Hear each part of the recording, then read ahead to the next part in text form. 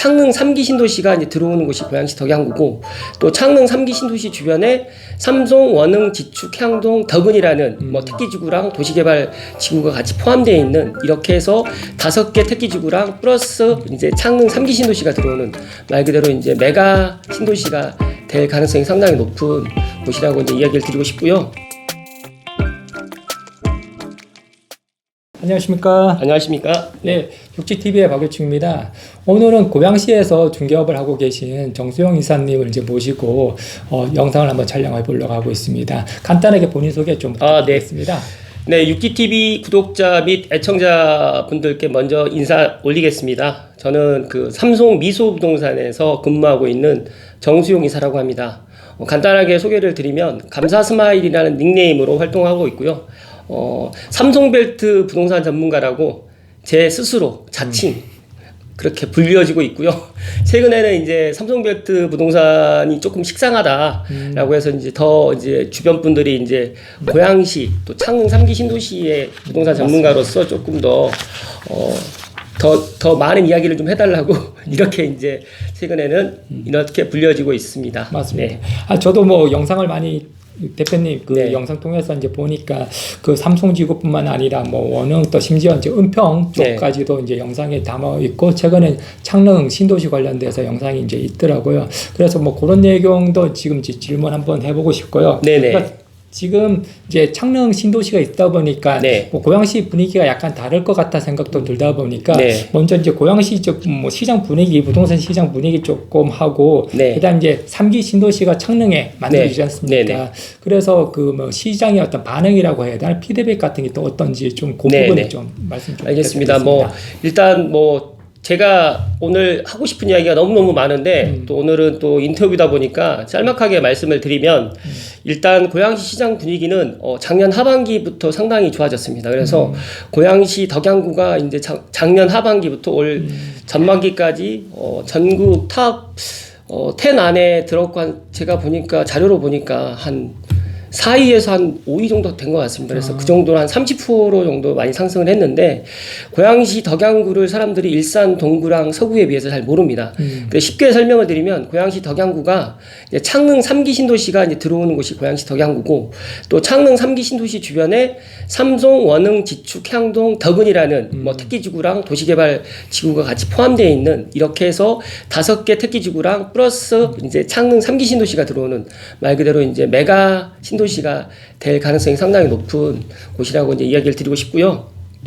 지금 창릉 3기 신도시가 아직 사전 청약을 시작을 하지 않았습니다. 그래서 12월에 사전 청약을 시작을 하는데, 벌써부터 상당히 작년부터 창릉 3기 신도시를 준비하기 위해서 많은 분들이 이쪽으로 해서 전세를 오신 분도 계시고, 또 심지어는 또 내가 살고 있는 집을 매도하고 또 무주택 요건을 갖추면서 지금 분양을 다 준비하고 계신 분들 상당히 많이 있는데, 일단은 이런 분위기 속에 최근에 이제 지축지구 또 공공분양과 민간분양에 대해서 관심도 상당히 많고, 또 작년에 이제 아시겠지만 또 덕은지구 고분양가 9억대 이제 분양을 해서 상당히 고양시에서 이게 무슨 분양가냐 그런 이야기도 많이 들렸었는데, 이미 이제 분양이 다 끝나다 보니까 이제 고양시가 신규 분양 물량이 없습니다. 안타깝게도. 그래서 창릉 3기 신도시를 많이들 지금 기다리고 있고, 더 나가서 은평구라든지 서대문구, 마포구에 구축에 계시는 분들도 이제 창릉 3기 신도시를 많이 문의도 하시고 직접 실제 오셔가지고 상담도 많이 받고 있는 그런 상황입니다.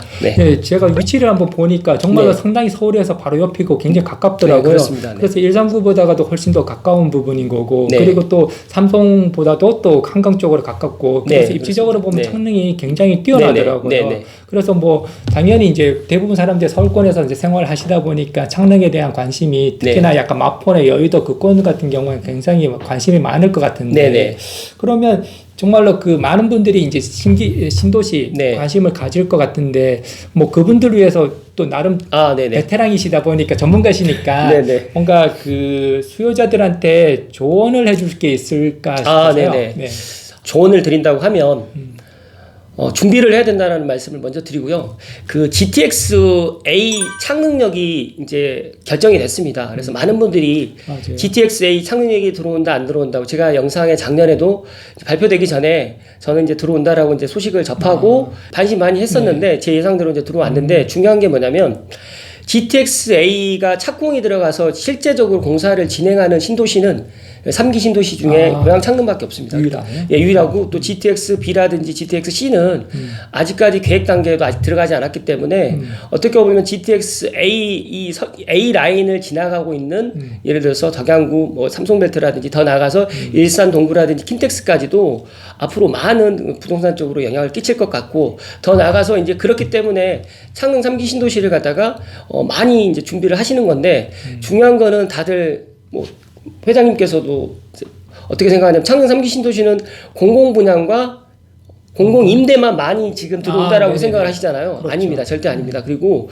민간 분양이 38,000세대 중에서 거의 18,000에서 2만 세대 정도가 민간 분양을 할 예정입니다. 그렇기 때문에 공공 분양만 생각하지 마시고 민간 분양을 준비하시는데 지금 보니까 또 정부에서 민간 분양을 하는데 사전 청약을 갖다 민간에서도 적용을 하겠다라고 또 이야기를 했고 또 오늘도 제가 아침에 이제 방송을 간단하게 했지만 지금 또 특별 공급도 완화해가지고 또 무주택이라든지 또 실수요자들 20, 30대들에게 많이 또 이거를 갖다 제공을 한다고 하기 때문에 시시각각 변화되는 이런 소식들을 접하시고 더 나아가서 창릉 3기 신도시 홈페이지 들어가시게 되면 그런 자세한 정보들이 있습니다. 그렇기 때문에 국토교통부 그 홈페이지라든지 그러니까 3기 신도시 홈페이지에 들어가셔가지고 알림 문자 서비스를 뭐 해 놓으신다든지 기타 등등 해서 관심을 갖고 또 육지TV라든지 또 여러 유명하신 유튜버님들 그런 강의라든지 그런 것들을 들으셔서 일단 저는 제가 조언을 드린다고 하면 준비만이 살 길이다. 그리고 준비만이 내 집 마련을 할 수 있다라는 말씀을 감히 드립니다. 네.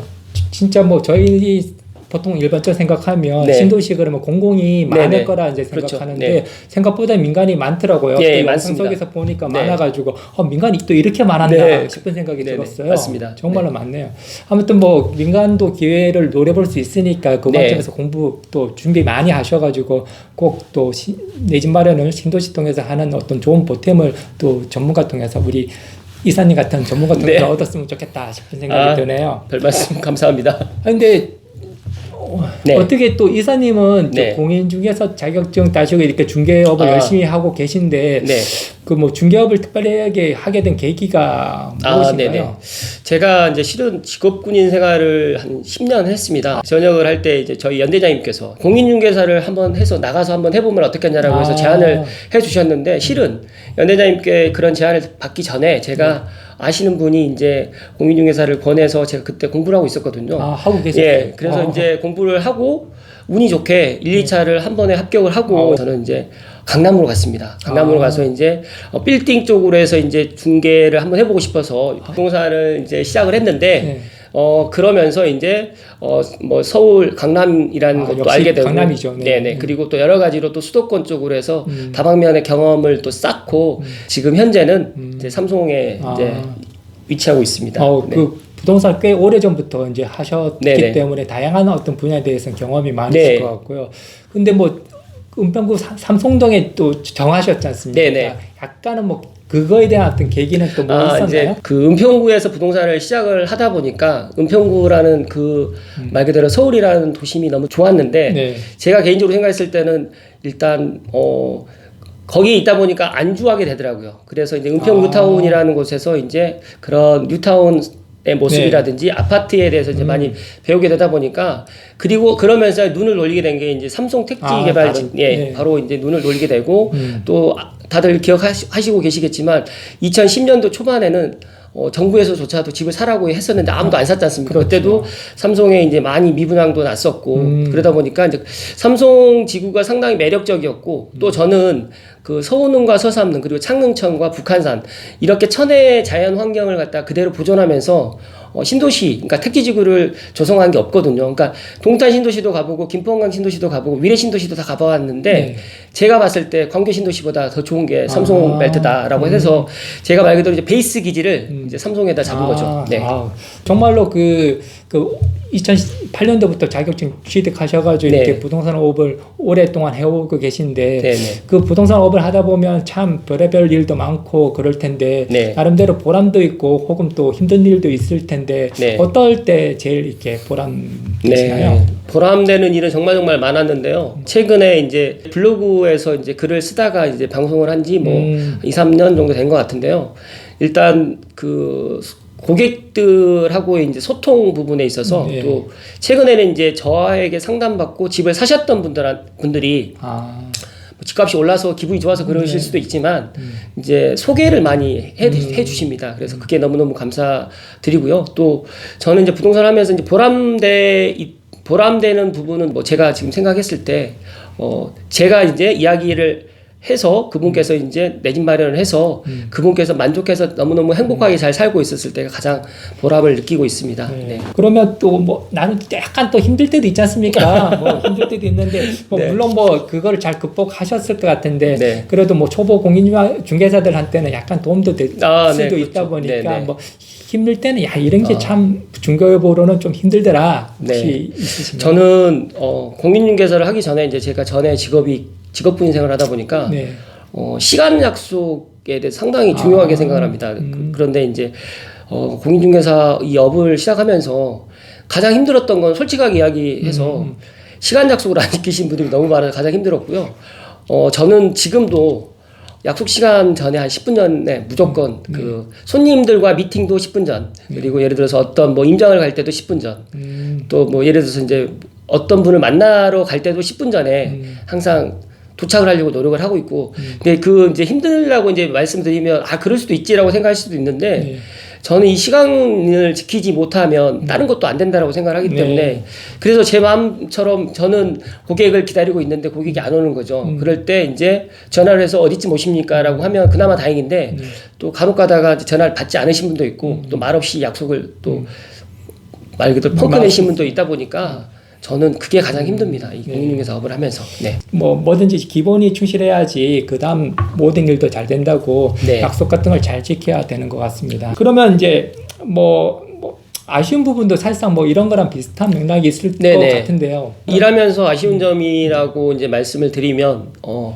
저는 공인중개사 말 그대로 이제 공인중개사를 하면서 우리 스스로가 좀 프라이드라든지 자부심을 좀 가져야 되고 또 고객들보다 이제 많이 또 알아야 되고 예전에 이제 공인중개사라고 하면 다들 복덕방에 있는 어르신들 그리고 뭐 그냥 앉아 있다가 장기 두다가 뭐 바둑 두다가 손님 오면 집 있는 거 그냥 보여드리고 이렇게 그냥 와서 또 계약 써주고 막 이런 그런 인식이 너무 강하다 보니까 여러 가지로 이제 그런 부분을 공인중개사의 모든 뭐 협회에 계신 분들도 노력하고 계시겠지만 제 스스로도 그런 부분을 많이 노력을 하려고 합니다. 그러다 보니까 같은 뭐 예를 들어서 이제 어떤 물건을 관련해 가지고 또 허위 매물 같은 것도 좀 올리지 않았으면 좋겠는데 그런 허위 매물도 올려서 광고를 해서 또 손님들한테 그렇게 또 하다 보니까 저는 이런 게 가장 아쉽다라고 저는 생각합니다. 그러니까 공인중개사, 그러니까 중개업자라고 불리워지는 이런 거를 우리 스스로가 공인중개사로서 그런 것들을 당당하게 우리의 권리도 요구하면서 우리의 책임과 의무를 다할 수 있었으면 하는 게 가장 큰 바람이고 아쉽다라고 이제 말씀드리면 이런 것들이 많은 공인중개사분들도 많이 지켜나가겠지만 또 소수의 그런 분들이 이런 공인중개사의 그런 것들을 좀 이렇게 좀 어지럽히면서 그런 부분이 좀 아쉽다라고 말씀을 드립니다. 네. 뭐 변호사 시장 같은 경우에는 뭐 그래도 뭐 경쟁이 치열하다고 할 수도 있겠지만도 그 국민들이나 그들 스스로 자부심을 많이 느끼고 있는 거지 않습니까? 네, 그렇죠. 뭐 도리어 외국 같은 경우에는 이제 변호사가 도리어 뭐 중개업자를 도와주는 한국도 굉장히 많이 일어나는 정말로 우리 스스로 자부심을 느끼고 어떤 종합 부동산 거래에 있어서 종합적인 어떤 관점에서 중개사가 중심에 서 가지고 일을 처리할 수 있었으면 참 좋겠다 생각이 드네요. 아무튼 그 중개업이 과연 미래가 과연 어떻게 될지 또 대표님도 이제 2008년도부터 중개업을 하고 계시니까 나름대로 뭔가 그 인사이트가 있을 것 같은데 부동산 중개업의 어떤 전망은 과연 어떻게 될지 좀 간단하게 저는 제가 블로그를 또 늦게 시작을 했습니다. 뭐 유튜브 방송도 남들보다 빠르다고는 하지만 또 뭐 그렇게 빠른 것도 아니고 좀 늦게 이런 부분을 접했는데 제가 생각했을 때 중개업은 앞으로 정말 그 상위 10% 더 조금 더 과장되게 표현을 하면 상위 5%만 살아남고 나머지는 다 정말 도태되지 않을까라는 생각할 정도로 심각하게 위기 상황에 지금 직면해 있고 여러 가지로 이제 거대 플랫폼으로 인해 가지고 뭐 현재 뭐 네이버 부동산이라든지 직방 다방 뭐 여러 가지 이런 뭐 플랫폼들이 지금 계속적으로 이제 난립하고 있는데 정말 말 그대로 소규모에 있는 영세 할 수밖에 없는 이 공인중개사업이 계속해서 나간다는 게 쉽지가 않습니다. 그래서 저는 한 5년 전부터 이런 부분을 인지하고 있었고 그래서 저만의 그러니까 말 그대로 내가 광고를 하지 않으면서 말 그대로 이제 네이버 부동산이라든지 직방에 광고를 하지 않으면서 제가 광고를 갖다 제가 직접 할 수 있는 그런 방법이 없을까라고 생각을 하다 보니까 이제 유튜브 방송도 하게 됐고 또 정말 제 나름대로 열심히 또 공부를 하고 여러 가지로 이제 이렇게 시행착오를 겪다 보니까 중개업을 뭐 제 스스로가 뭐 앞으로 전망이 어떻다라고 말씀드린 거는 너무 어려운 부분인 것 같은데 제가 생각했을 때는 중개사분들이 이제 정말 일일신, 우일신 할 수 있을 정도의 변화가 좀 필요하다라는 말씀을 드리고 그렇지 않으면 정말 생존하기 힘든 시장이 앞으로 점점 다가올 것 같다는 말씀을 오늘 드립니다. 네. 그 유튜브를 사실상 뭐 2, 3년 전부터 하셨는데 네. 아직까지도 유튜브 하지 않는 분들도 계시고 네, 지금 그렇습니다. 이제 네. 막 시작하시는 분들도 이제 계시는데 네네. 정말로 그 2, 3년 전부터 이제 하시고 있고 또 특히 그 매물만 광고하시는 게 아니라 네네. 정말로 뭔가 이렇게 정책의 어떤 변화 부분, 지역에 대한 설명, 네네. 다양한 어떤 부분을 이렇게 말씀을 해주시는 것 같아요. 네네. 하여튼 그런 면에서 보면 뭔가 컨설팅 같은 네네. 느낌이 많이 들거든요. 네네. 아무튼 그런 부분이 결국 중개사의 어떤 한계성을 극복하고 도리어 고객들이 스스로 찾아올 수 있게끔 만드는 어떤 지름길 아니겠나라는 생각이 듭니다. 네. 마지막으로 그 대표님 그 우리 채널이 이제 신입 중개사들이 참 많이 보고 있는 채널입니다. 네네. 그래서 신입 중개사들 위해서 마지막 한 말씀 부탁드리겠습니다. 네. 신입 중개사 분들께 이제 물론 뭐 연령대가 20대일 수도 있고 50대에 있을 수도 있고 뭐 60대에 있을 수도 있는데 저는 제가 중개업을 하다 보니까 첫 번째로 지켜야 되는 거는 일단 자기 자신을 갖다가 일단은 잘 절제하고 이렇게 자기 자신과의 그런 부분을 지켜나갈 수 있는 그런 자기 자신과의 일단 싸움이다라는 먼저 말씀을 드리고요. 두 번째는 제가 경험을 해보니까 예전에 제가 10년 전에 부동산을 시작할 때만 해도 고객들이 부동산에 대한 정보를 얻을 수 있는 채널이 그렇게 많지가 않았어요. 그러다 보니 공부를 안 해도 됩니다. 공부를 실제적으로 안 했었어요. 근데 지금은 고객들이 저에게 물어볼 때는 이미 본인이 다 알아보고 그러다 보니까 공부를 정말 많이 하셔야 됩니다. 그리고 이제 마지막 세 번째로는 제가 유튜브 방송을 하고 있고 블로그에 뭐 글을 지금도 제가 하루도 안 빠지고 블로그 포스팅을 하거든요. 근데 이건 첫 번째 이야기했던 제 자신과의 약속이거든요. 그러니까 부동산을 하다 보면서 이제 고객이 약속을 안 지킬 때도 많이 있고 여러 가지 상황이 사람이 거짓말을 하는 게 아니라 상황이 거짓말을 많이 하거든요. 그렇기 때문에 그런 거에 이제 많이 또 슬퍼하거나 좌절할 경우가 있는데 그러지 않기 위해서 마지막 제가 이제 세 번째로 이제 말씀드렸던 이런 부분을 잘 지켜서 해 나가면 너무너무 좋을 것 같고 거기에 추가적으로 이제 그 세 번째 그 유튜브 방송을 제가 하고 있어서 이제 말씀드리는 건 아닌데 유튜브 방송을 만약에 시작하시는 분들이 있으시면 꾸준하게 해보시고 또 블로그를 하시는 분들이 있으시면 일단은 다들 처음은 막 계속 잘 하려고 하거든요. 근데 이게 지속이 안 됩니다. 그렇죠. 지속이 안 된다는 거는 저도 제가 경험을 해보니까 이제 하다 보면 이제 이야기할 거리가 없는 거죠. 이제 그러면서 여러 가지로 이제 내가 괜찮겠어. 이 정도면 나 괜찮아라고 이제 스스로 이제 자기 합리화를 하면서 이제 말 그대로 이제 포기하게 되는데 그러지 마시라는 말씀을 끝으로 드립니다. 그래서 이 세 가지를 꼭 명심하셔서 만약에 신입 중개사님들뿐만 아니라 실제적으로 이제 중개업을 하고 계시는 대표님 제가 방금 말씀드렸던 이제 첫 번째, 두 번째, 세 번째 이 부분을 꼭 한번 실행에 옮기시면 이 중개업이 아무리 힘들어도 꼭 성공하실 거라고 저는 확신합니다. 네. 네, 고맙습니다. 마지막으로 인사하고 마치도록 하겠습니다. 네. 오늘 초대해 주셔서 대단히 감사하고요. 앞으로 또 저도 더 좋은 모습으로 인사드릴 수 있도록 하겠습니다. 고맙습니다. 네, 고맙습니다. 네.